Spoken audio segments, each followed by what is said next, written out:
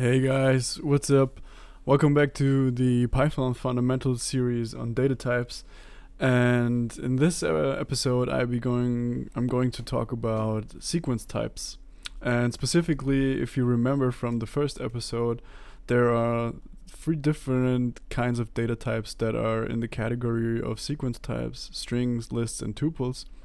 And since they all are pretty interesting by themselves, I figured I'd put them into three different videos. And today I'm going to start with strings. So strings are representations of UTF-8 or ASCII characters in code for your computer in an understandable way. And so usually you use them to print something to the user or to generate interaction with a human being. They're not very helpful in basic numeric operations most of the time. So here I created three variables. One says hello, the other says world. Actually, let's put an exclamation mark there. Oh, my bad. And C just adds all these strings together. This is also how you concatenate or add strings in Python if you want them all in one line. So if we run this, what we end up with is the classic hello world of programming. You denote strings either with these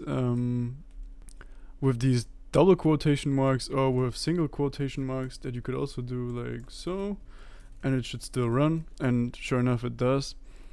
These are all treated the same when it comes to your interpreter.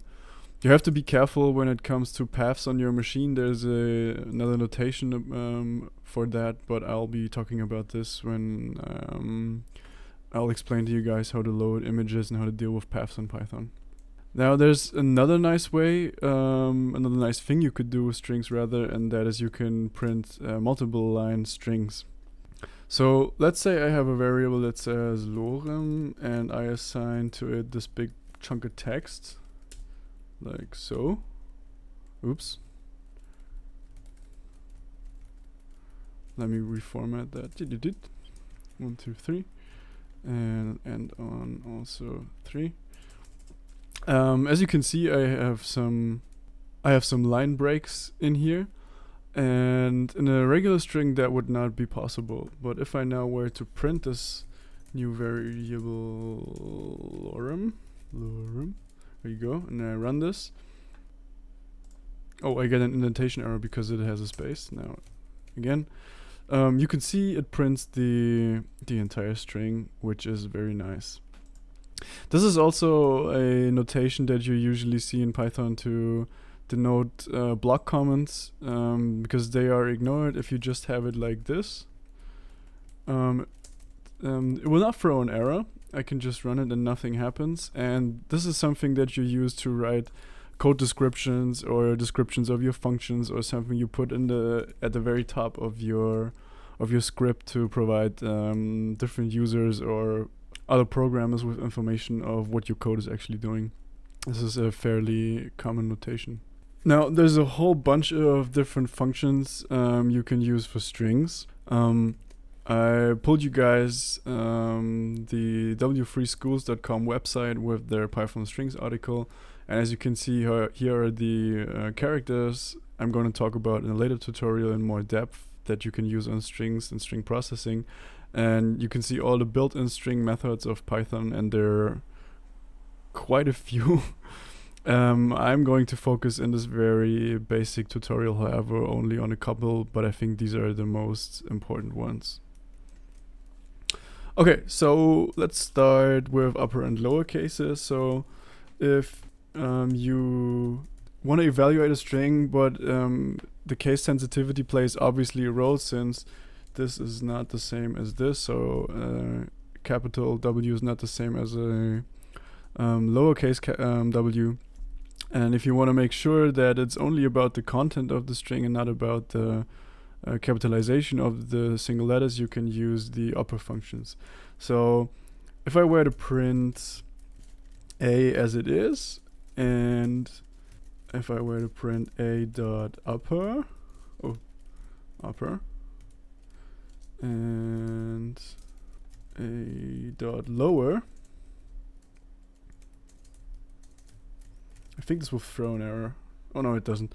So I just printed the hello string as it is, then with only capitalized letters and only lowercase, uppercase and only lowercase letters.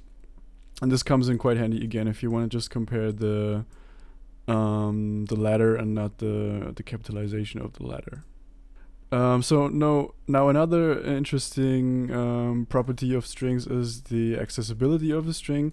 It kind of gets treated as a list, which we're going to talk about later. So if I were to print only the first element of the string, of the A string, this hello thingy over here, I would denote it as this.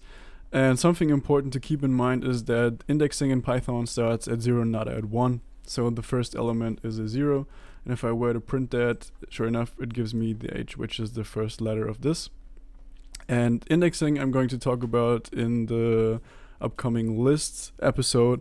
But basically you can start at any point and you can go with any kind of step width you would want to. So the last element you would denote as -1, and if we print this, it gives us an O, which sure enough is the last element of hello.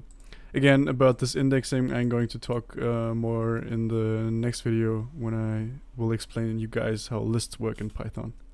Another handy method is the strip method. And the strip method gets rid of the last character. So if I were to write a.strip, not split, strip, and I print that, it gives us again the hello. So what happened here? The strip method usually gets rid of white spaces, so that is escapes. So if I add a white space here and I print it again, it gives us hello.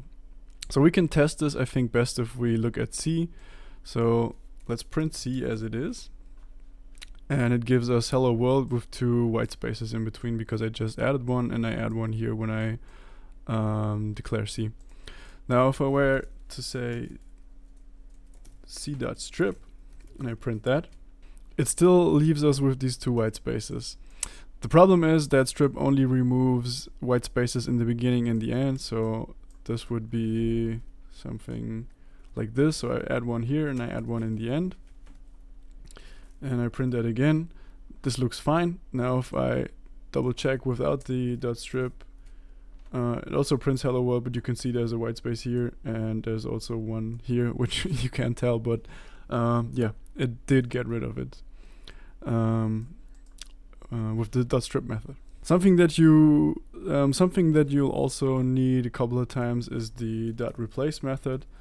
And it replaces, so the first argument is, as it says here in the documentation, the old value you want to replace, and the second one is the new value.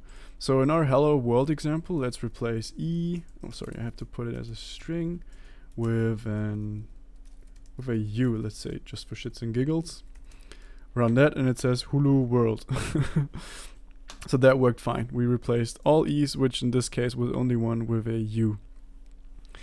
Lastly, I want to talk about something that is also very often used, I think, when you're dealing with strings, and that is the split method. Sometimes you have, especially when you're dealing with paths, you have to split them just to get a certain level of a folder or something. And for that split, it comes in handy. So the way you would split this one with a delimiter would be just entering the delimiter itself. So in this case, let's do O, and then we print this. And as you can see now, it has split our string, which previously, let's print both so you guys can see what was going on. So let's print C first, run this. As you can see, hello world as one string with this white space, which I'm going to get rid of because it's annoying. Run it again.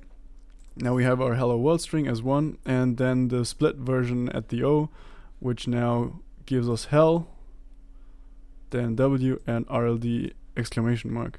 And something interesting to note is that it gets rid of the delimiter, so it doesn't keep the delimiter in either the first or the second part of the split portion, but it completely gets rid of it. And if you were to separate paths, you would do something like maybe this. And you have to add the second backslash in order to tell it that it is supposed to take the UTF-8 character.